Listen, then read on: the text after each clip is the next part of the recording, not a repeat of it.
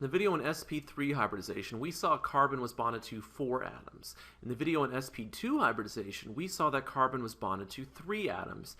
And in this video, we're going to look at the type of hybridization that's present when carbon is bonded to 2 atoms. So if I look at this carbon right here and the ethine or the acetylene molecule, this carbon is bonded to a hydrogen and it's also bonded to another carbon. So we have carbon bonded to only 2 atoms.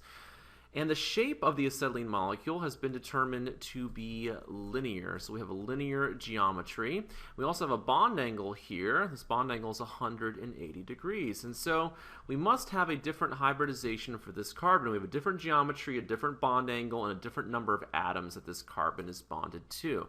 And so to find our new type of hybridization, we look at our electron configuration already in the excited state. Right? So we have carbon's 4 valence electrons represented here in the excited state. So 1, 2, 3, and 4, and we're looking for 2 hybrid orbitals since carbon is bonded to 2 atoms. So we're going to take an s orbital, so we're going to promote an s orbital in terms of energy, and we're going to demote a p orbital, only 1 p orbital this time. So we have an s orbital with 1 electron, a p orbital with 1 electron. That's going to leave behind 2 p orbitals. Each one of those p orbitals has 1 electron in it. So we have carbon's 4 valence electrons. But this is no longer an s orbital because we're going to hybridize it with the p orbital to make an sp hybrid orbital. This is no longer a p orbital because we're going to hybridize it to form our sp hybrid orbital. And so this is called sp hybridization. So this is sp hybridization because our new hybrid orbitals came from 1 s orbital and 1 p orbital, like that. So this carbon right here is sp hybridized since it's bonded to 2 atoms, and this carbon right here is also sp hybridized. Let's think about the shape of our new sp hybrid orbital. So let's get a little bit of room down here. So once again, we know an s orbital is shaped like a sphere, right? So we took 1 s orbital and we took 1 p orbital, which is shaped like a dumbbell. Right, and we hybridized these 2 orbitals together to give us 2 new hybrid orbitals, 2 sp hybrid orbitals. I'm going to go ahead and draw in an sp hybrid orbital here. And once again, we're going to ignore the small lobe, right? So we're going to ignore the small lobe, and when we draw our picture, only think about this bigger frontal lobe here. And when I think about the percentage of s character, right, so we use 1 s orbital and 1 p orbital. So that means it's 50% s character and 50% p character. And this is more s character than in the previous videos, right? So in the video on sp3 hybridization, we were talking about 25% s character. In the video on sp2 hybridization, we talked about 33% s character. And then for these hybrid orbitals, we have even more s character, up to 50%.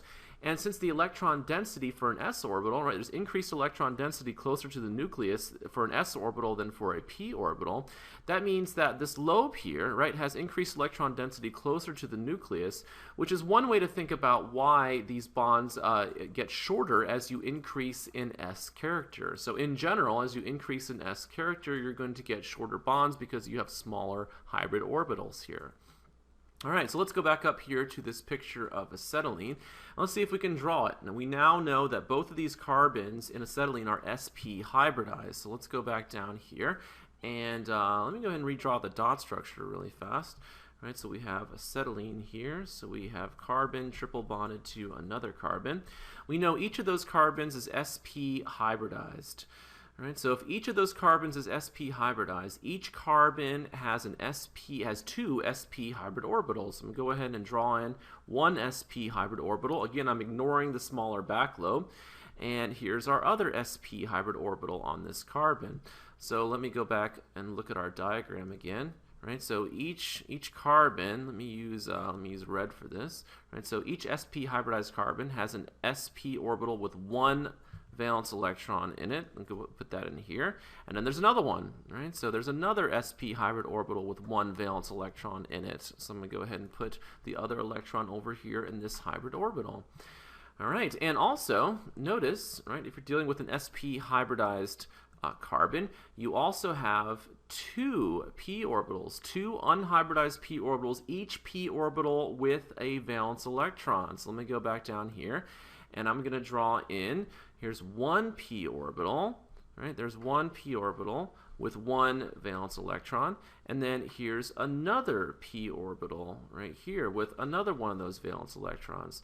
Right, so now we have our picture of an sp hybridized carbon. So let's say that was this carbon over here on the left, and so now let's go ahead and draw on this carbon on the right. This carbon on the right is also sp hybridized.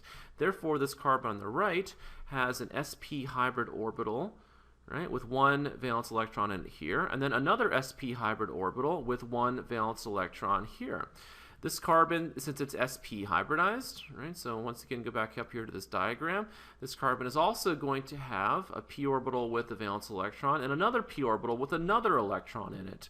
So we go back down to here and we draw in those p orbitals. So here's one p orbital, right, here's one p orbital with one valence electron, and then here's another p orbital with an electron in here like that. All right, finally, we have to add in hydrogen, right? So we have a hydrogen on either side here. So we know that hydrogen has one valence electron in an unhybridized s orbital. So over here, we have a hydrogen with one valence electron in an unhybridized s orbital. And now we can finally analyze the bonding that's present. Right, so we know that if we have head-on overlap of orbitals, like right in here, right, that's a sigma bond. So there's one sigma bond.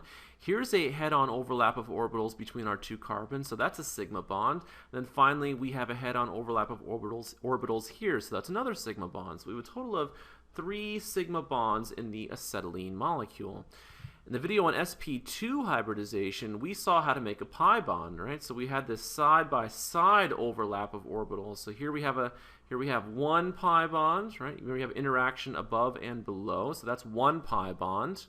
And then we have another pi bond here. So we have side-by-side overlap of orbitals here as well. And so we have 2 pi bonds present, right? So we have 2 pi bonds present in the acetylene molecule. So let's look at our dot structure again, right? So we saw the bond between this carbon and this hydrogen was a sigma bond, and we saw there was one sigma bond between our two carbons. So I'm just going to pick the one in the middle here, say that's a sigma bond, and then this bond over here we said was a sigma bond. So there's our 3 sigma bonds, and then we had a triple bond present, and so there were 2 pi bonds also present. So 2 of these are pi bonds here. So a total of 2 pi bonds and 3 sigma bonds for the acetylene molecule here. Remember, pi bonds prevent free rotation, right? So we can't rotate about the sigma bond between the 2 carbons because of the pi bond. So there's no free rotation for our triple bond. All right, so we have a linear shape. So let me go ahead and draw that line in here. So you see this linear geometry for this molecule like that. All right, also in terms of bond length, so the distance between these 2 carbons, the distance between this carbon and this carbon, let me go ahead and circle them, the distance between these 2 carbons turns out to be approximately 1.20 angstroms. So an even shorter bond length than in our previous video. So once again, that's due to the increased S character, right? So increased S character gives you these smaller orbitals, and so that's one way to think about the shorter bond distance in a triple bond compared to a double bond or a single bond. All right, so that's a lot that we've covered here. Let's go ahead and draw the dot structure one more time and analyze it using steric number. So we have our triple bonds, and if we're doing steric number to find out the hybridization state, we know to do steric number you take the number of sigma bonds. So let's say our goal was to figure out the steric number for this carbon. The number of sigma bonds, I know this is a sigma bond. I know in a triple bond I have 1 sigma bond and 2 pi bonds. Right, so there are 2 sigma bonds here and 0 lone pairs of electrons. 2 plus 0 gives me 2, so I need 2 hybrid orbitals, right, which you make from 1 s orbital and 1 p orbital. So if you get a steric number of 2, you think sp hybridization. Right, so this carbon is sp hybridized, and so is this carbon as well. And so that's how to think about it using steric numbers. So once again, a linear geometry with a bond angles of 180 degrees. Let's do one more example using steric number to analyze the molecule. Let's do carbon dioxide. So if we wanted to figure out the hybridization of the carbon there, let's go ahead and do that. So using steric number, so the hybridization of this carbon, All right, so the steric number is equal to the number of sigma bonds. So if I focus in on the double bond between one of these oxygens and this carbon, I know that one of these bonds is a sigma bond, right, from our previous video. So I have one sigma bond here, and then for this other double bond on the right, I know that one of them is a sigma bond. Right, so I have two sigma bonds here and 0 lone pairs of electrons around the carbon. So 2 plus 0 gives me a steric number of 2. So I need 2 hybrid orbitals for that carbon. And of course that must mean this carbon is sp hybridized. So this carbon here is sp hybridized as well. And therefore we know that this is a linear molecule with a bond angle of 180 degrees. And so once again, steric number is just a nice way of analyzing the hybridization and also the geometry of the molecules. And so in the next video, we'll look at a couple of examples of organic molecules in different hybridization states.